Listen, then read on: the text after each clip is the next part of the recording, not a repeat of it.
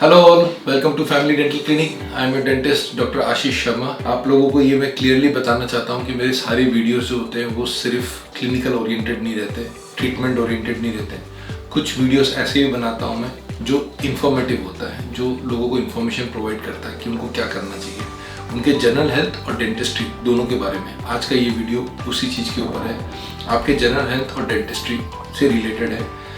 आजकल एक बहुत कॉमन चीज चल रहा है, I have been watching it today also. I was watching the news in the morning and I saw that news which came for antibiotic resistance. There is a lot of resistance जो कि develop हो गया है आजकल। हम जो भी medicine देते हैं, बहुत सारे मेडिसिन होते हैं, उनका अब इफेक्ट धीरे धीरे करके कम होता जा रहा है and it is very dangerous. Antibiotic resistance is something which is very dangerous. You should take it very very seriously. Antibiotic resistance basically क्यों डेवलप होता है उसके बारे में पहले बताऊंगा, और हम लोगों को एज ए जनरल पब्लिक, आप लोगों को और एज ए डॉक्टर हम लोगों को क्या करना चाहिए कि एंटीबायोटिक का जो रेसिस्टेंस है वो ज़्यादा नहीं बढ़े। तो उसके लिए सबसे पहले आपको ये जानना पड़ेगा कि एंटीबायोटिक रेसिस्टेंस क्या होता है। सो फर्स्ट एंड फॉरमोस्ट मेरे को ये आपको बताना है कि एंटीबायोटिक रेसिस्टेंस क्या होता है। जो हमारा बॉडी होता है उनमें कोई भी एंटीबायोटिक दिया जाता है, उस एंटीबायोटिक का एक कैपेसिटी होता है बैक्टीरियाज को किल करने के लिए। तो उस बैक्टीरिया को किल करने का कैपेसिटी कम होने लगता है जैसे जैसे आप बहुत सारा एंटीबायोटिक देने लगते हो या बहुत ब्रॉड स्पेक्ट्रम एंटीबायोटिक देने लग जाते हो। बहुत स्ट्रॉन्ग एंटीबायोटिक, ब्रॉड स्पेक्ट्रम का मतलब होता है कि आप स्ट्रॉन्ग एंटीबायोटिक देने लग जाते हो। So in short I would like to just explain that antibiotic resistance is the resistance of the body against the antibiotics which have been given prescribed. तो अब धीरे धीरे क्या हो रहा है कि उसके वजह से the antibiotics action is getting very delayed. उनका जो एंटीबायोटिक्स है उनका एक्शन जो होता है वो कम हो रहा है बिकॉज ऑफ मेनी रीजन।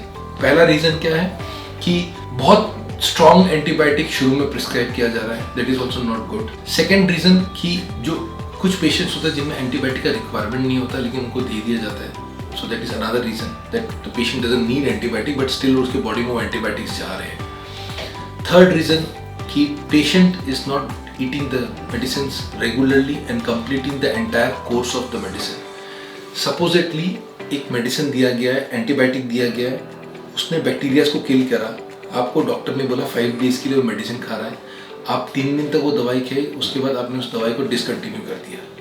तो उससे क्या होता है, जो 3 दिन में बैक्टीरिया का डेथ हुआ है, आने वाले 2 दिन में जो बैक्टीरियाज उस बॉडी में रह जाते हैं they are resistant to that antibiotic. तो नेक्स्ट टाइम अगर कोई प्रॉब्लम हो तो ऐसा हो सकता है, वेरी गुड पॉसिबिलिटी जो प्रीवियस एंटीबायोटिक जो काम कर रहा था वो नहीं करे, क्योंकि आपने 5 दिन का कोर्स या 7 दिन का कोर्स कंप्लीट नहीं करा। So it is very important to complete the entire course of the treatment. So these are few of the reasons why antibiotic resistance is developing and it is not a good sign. Ab very much important that what shall we do as general public to avoid this. First and foremost, you should always make sure that you go to a doctor to take medications. Please don't take medicines from pharmacies or someone who is not qualified to give you medicines.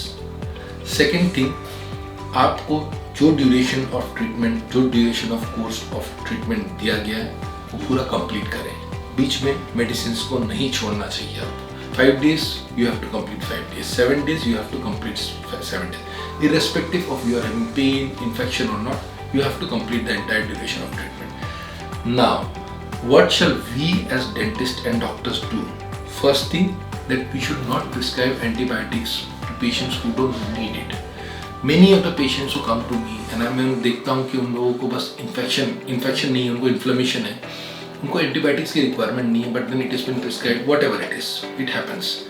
I don't want to get into that detail, but then वो चीज़ हम लोगों को नहीं करना है। Second thing, the spectrum of the antibiotic, the strongness of the antibiotic जिसे कहा जाता है, वो हम लोगों को ध्यान में रख करके एंटीबायोटिक्स देना चाहिए।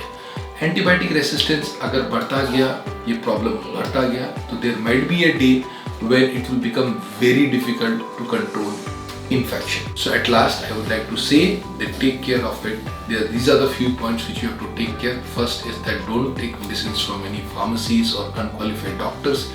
Complete your course of medicines whichever has been prescribed by you to the doctors. And as dentists and doctors, we should not give antibiotics if not required, and make sure that the right antibiotic is given to you. Take care of yourself, eat healthy, eat good food, and make sure that you don't take medicines from any pharmacy or anybody's recommendation. Thank you so much.